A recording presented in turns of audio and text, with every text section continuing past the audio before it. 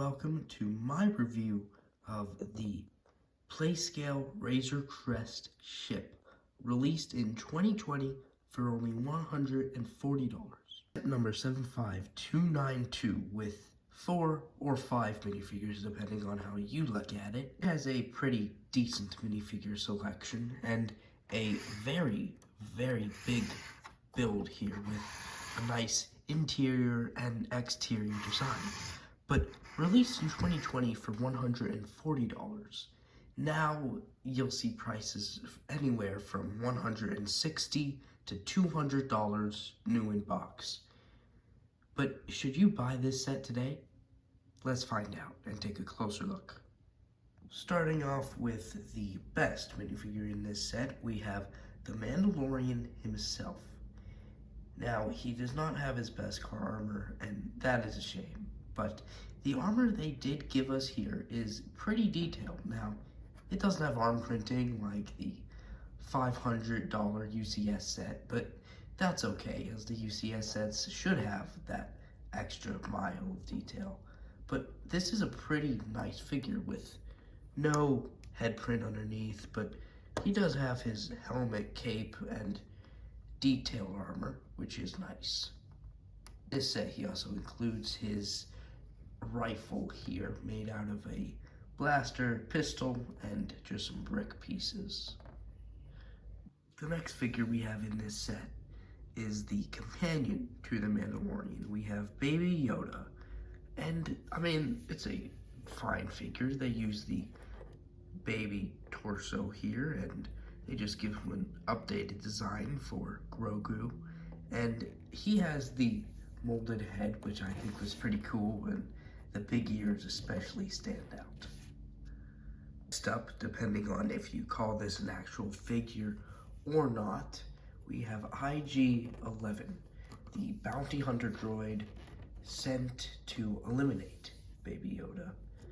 I mean, he has a printed headpiece there, which is pretty cool, and he has a standard droid design with his 2 blasters there, showing that he is a bounty hunter droid. Pretty cool. Next, we have Grief Cargo with 2 blaster pistols, no arm or leg printing, barely any hip printing, but an okay torso print. Not the best figure, especially after we see people like the Mandalorian and the Scout Trooper we'll see next, but it's an okay figure. I mean, it resembles the one from the show quite well as Grief Karga, but could we have gotten more with this figure? Yes. Now, last but not least, we have the Scout Trooper minifigure, probably one of the best Stormtrooper minifigures LEGO has made in recent years, with the torso, hip, and leg printing all combining together to create a flawless look. I'm glad LEGO continues to use this design as it is superior.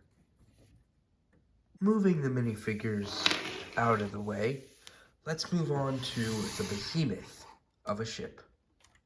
Now, ignore the dust you may see or the sticker creases, which pain me, but I built this set years ago, so please forgive me. Starting off with the play features, this ship offers quite an array. First, we have a removable cockpit here, which is pretty cool, and turning that around, we can fit some minifigures in it, but also lift this panel up to reveal some minifigure weapon storage. Pretty neat, huh? You close both of those up, the design fits perfectly together, just to add to that. And popping off one part of the detailed ship here, we have an escape pod to fit one minifigure.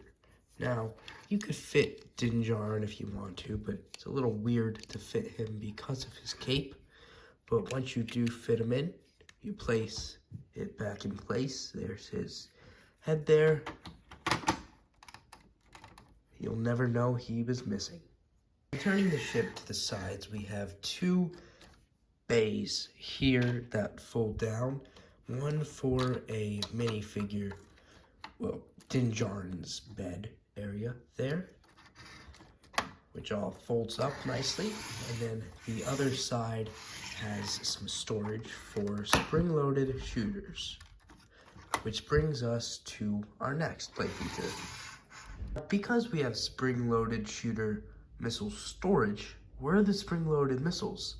Well, it's pretty obvious to see that they're right here on the front of the ship, but how do you access them?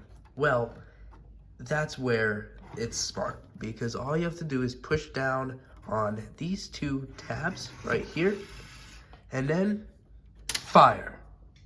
Probably the biggest play feature we have on this ship is the interior design.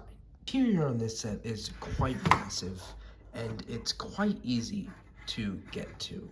All you have to do is fold down these multiple flaps here. You have two little door flaps. You have these two very big flaps that open.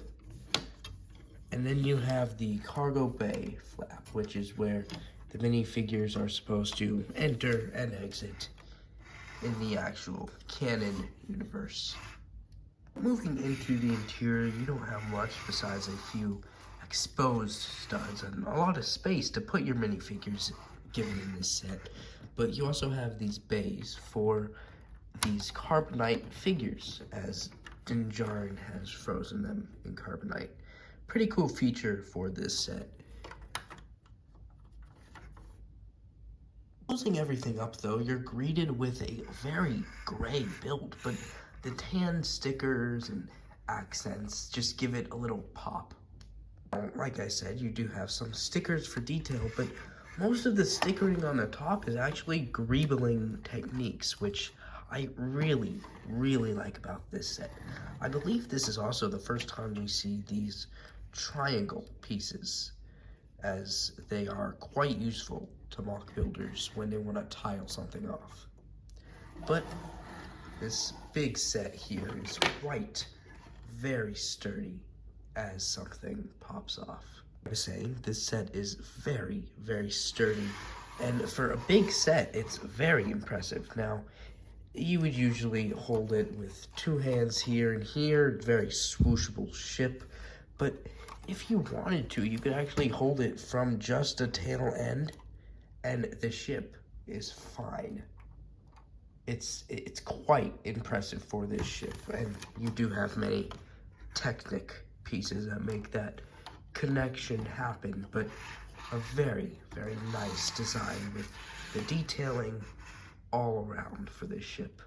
The minifigures and this ship going together are a really nice combo. Now, to answer the question, should you get this set? I think you should, for it's a much more affordable option than the $500 UCS version, and it's just cooler to play with. Thanks for watching.